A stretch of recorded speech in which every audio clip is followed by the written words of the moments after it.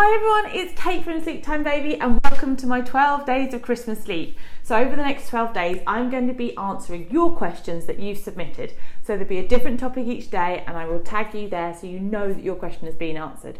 So today we're talking about nap transitions because we had two questions and they're slightly different but similar in a way. So we have a question from Angela Vargas and a question from, let me just check, Sabrina George.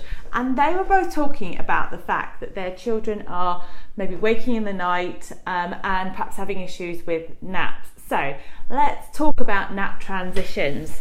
So it's really importantly to know that obviously your child will change their sleep as they get older. You start from loads and loads of daytime sleep when they're a newborn, and as the first year or two or three goes, that daytime sleep will decline. Their sleep needs in the day will decline as they get older because they can stay awake for longer. That's the whole kind of process of transitioning through the nap cycles.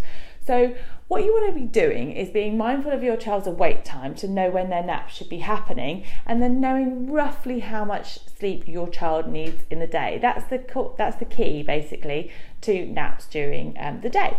So in Angela's example, she's got a 1-year-old who's been waking in the night. Now this 1-year-old is sleeping for, I think you said, about sort of 3 hours during the day, and you've tried to change around the amount of time of sleep beforehand. But classically, I would say around this time is nap transition time, down from 2 naps, which you're currently having, down to 1. We can start from any age really, but what I always say is if you've got a child that has been sleeping well and then starts to kind of have more disrupted sleep, or their naps become a bit more difficult, then that's the time to change the nap structure. So here's my suggestion, Angela. I think you do need to cut down the naps. So a 1-year-old normally only needs around about 2.5 hours sleep in a day. So he's getting a little bit too much in half an hour terms. Now that might not seem like a lot, but it might be what's causing your kind of night wakings that you've described.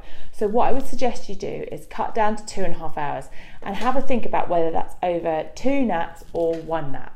If you're finding that your son's kind of hard to settle for that first nap, or it's hard to settle for the second nap, then that's definitely a good sign that nap transition might be coming. It's also a sign if they're more resistant going to bed, because that can be a sign that they've had too much sleep in the day. But what I would suggest you do is cut down to 2.5 hours and do that for a week. And make sure that you're kind of staying consistent with it so that they know that they're getting less sleep in the day. Also keep an eye on kind of what's happening around sort of going to bed, so making sure that the awake time's kind of right after that nap, so you've got a bit of space for them to be tired enough to kind of go to sleep so they're not going to sleep under tired. So that's my suggestion for you there, Angela. I hope that kind of helps cut down the kind of the nap.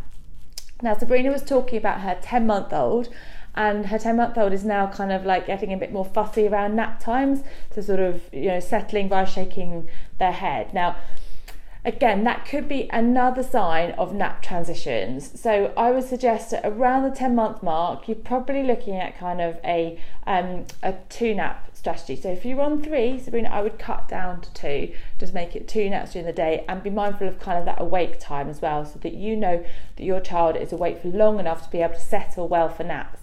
If you're finding that your child has issues with settling for naps, often that's because they've not been awake for long enough, or maybe that they have been awake for too long. So have a think about your child's awake time, look at where their tide signs creep in, look at kind of the average for their age, and then figure out whether you've got the kind of the nap structure kind of going on well. So I would look at that and then basically just try and work on that and see if you can identify an issue to then help improve the settling. If they've been settling well before, actually most of the time you can get back to it. It's just a switch. Normally you have to make the awake time 15 minutes longer to get them to settle better.